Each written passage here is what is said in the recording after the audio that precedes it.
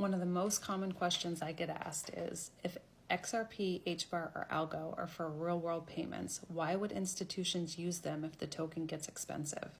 Let's break it down, because this is where most people are stuck thinking like retail, while institutions are playing a different game.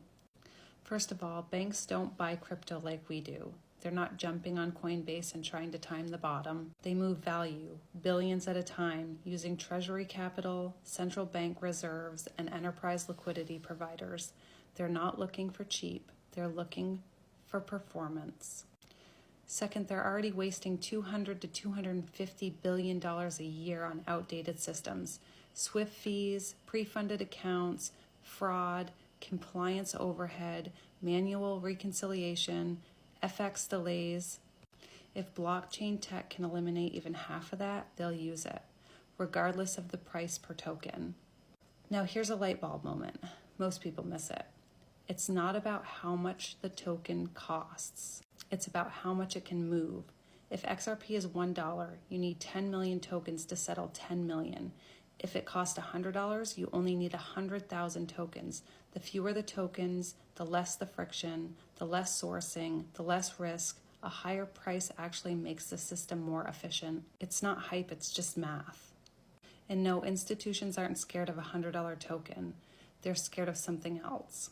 They're scared of friction from outdated rails, legacy bottlenecks, and too many middlemen.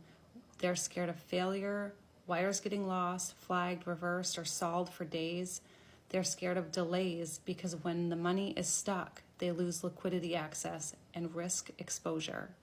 What causes that? Swift waiting periods, currency conversations, compliance bottlenecks, mismatched data, pre-funded accounts, and all a bunch of third parties taking their cuts. Let me help make it click. XRP is the pipe, not the water. If you need to move 10 million and XRP is only worth $1, you're jamming 10 million tokens through a narrow pipe. That creates pressure, slippage, and inefficiency. But if XRP is worth $100, that pipe gets wider. You only need 100,000 tokens. The flow is smoother, faster, and more controlled. The system works better because the pipe fits the pressure.